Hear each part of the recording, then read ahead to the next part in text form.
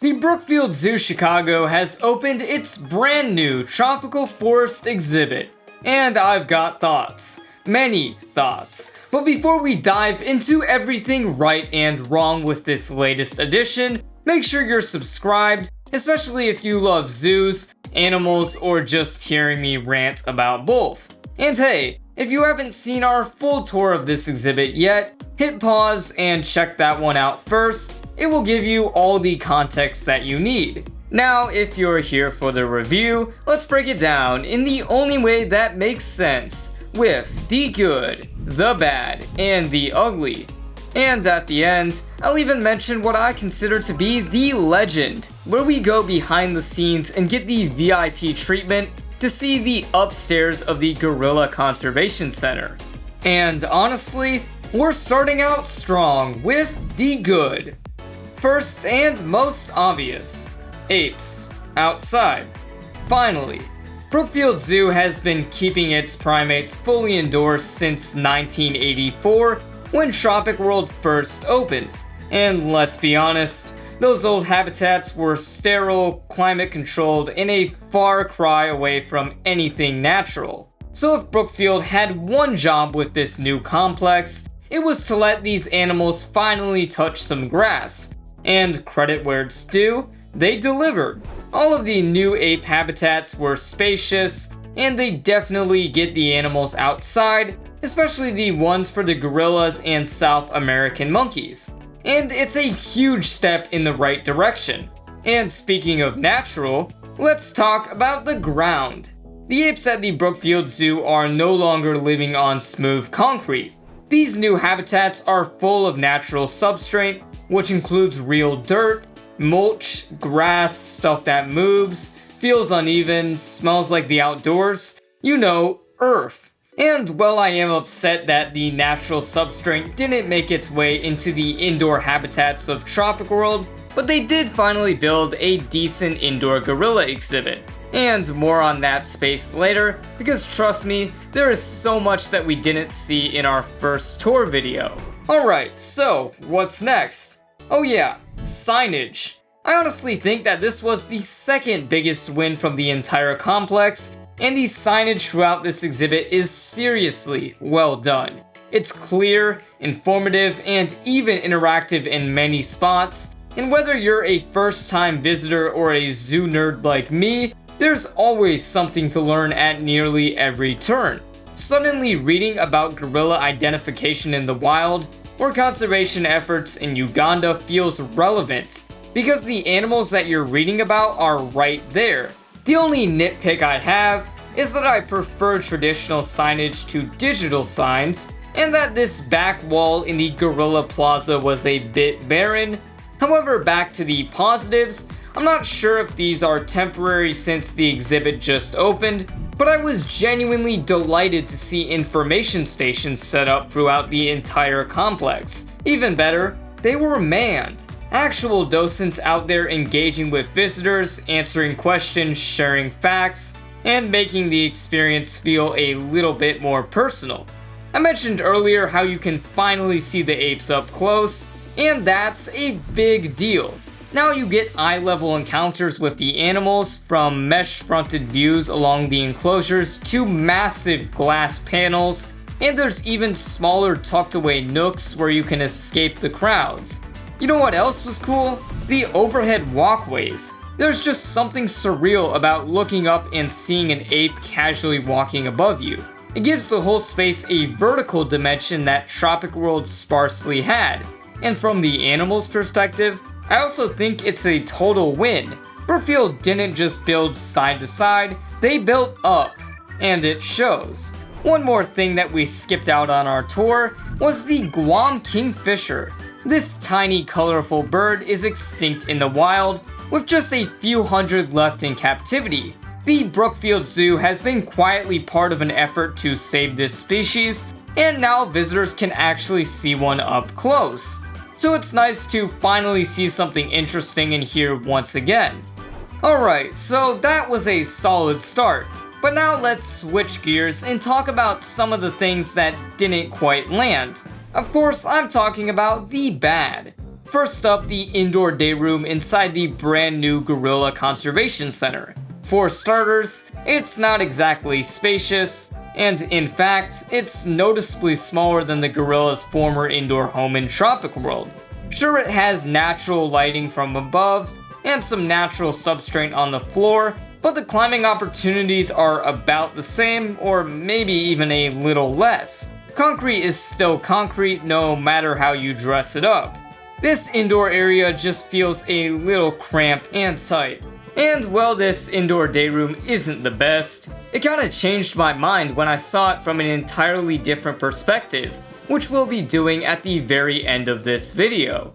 But here's the thing that really bugs me as a hardcore zoo supporter. It's the future of Tropic World. I love the idea of providing both indoor and outdoor spaces for tropical animals, but the reality is, if you're building a zoo with tropical species here in Chicago, you have to really invest heavily in indoor habitats. So what worries me the most is whatever they plan to do with the gorilla's former indoor space. There's talk that it might be renovated for drills, but what the zoo desperately needs is more indoor space for the apes. Even if they kept this pit as it is, and added a fresh coat of paint and maybe some more natural substrate, it would be decent space for both the animals and visitors, and this would make it 2 public indoor areas, fitting for the zoo's 2 gorilla troops. And finally, the walkways, specifically the crowded hallway that overlooks the final and honestly, the best view of the gorillas. Why put the best vantage point in the tightest, most cramped space? The bottleneck not only makes it uncomfortable to enjoy the animals, but it could cause some real problems down the line, especially once visitor traffic isn't as strictly regulated as it is right now, and people can enter the complex from wherever they happen to wander in. Alright, now that we've covered the good and the bad, it's time for the ugly. The stuff that makes you want to stop and really just think, what were you doing, Brookfield Zoo? First off, concrete.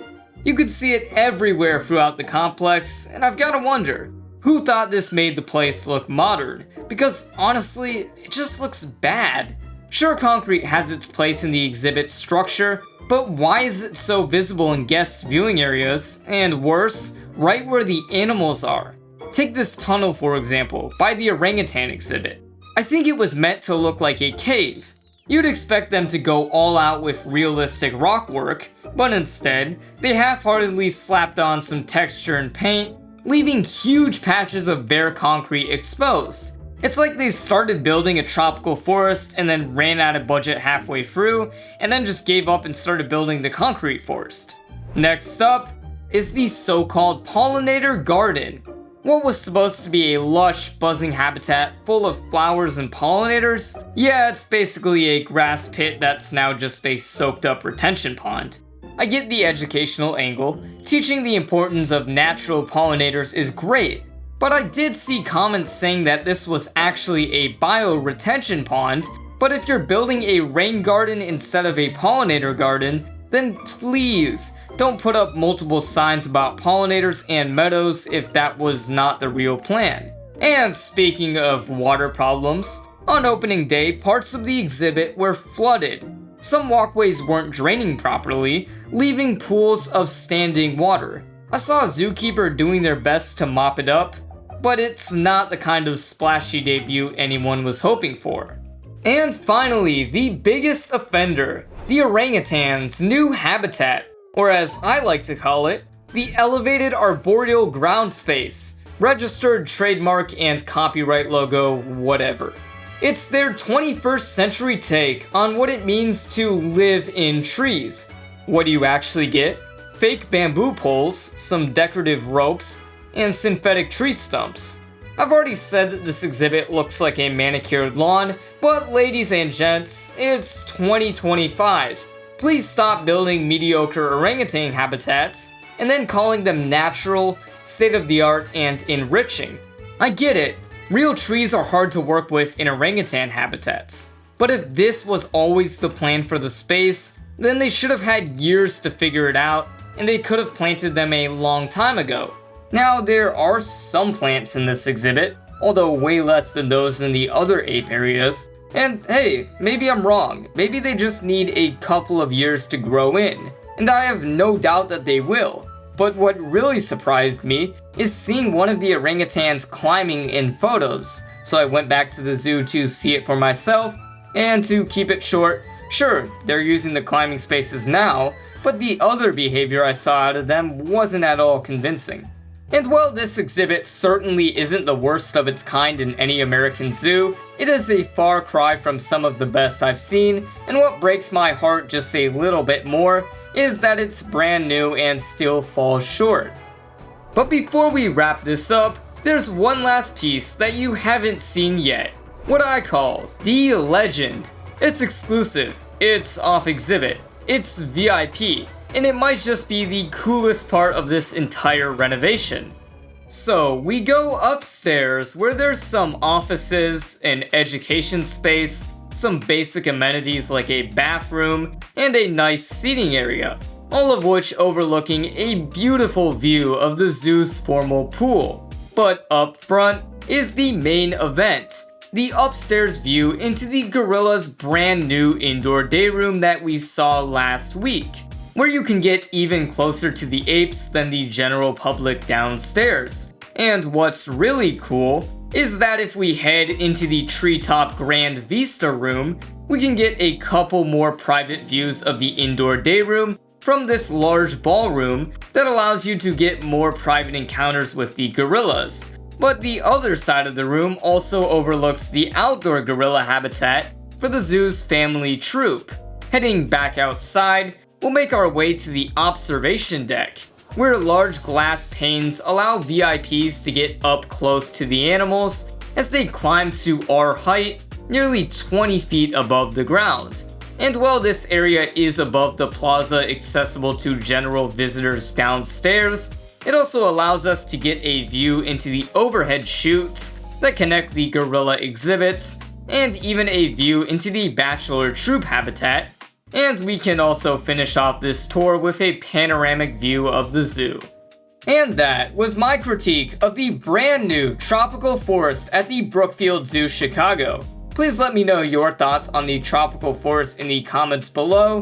Thank you for watching, I hope you enjoyed, and I'll see you next time on the Virtual Zoo.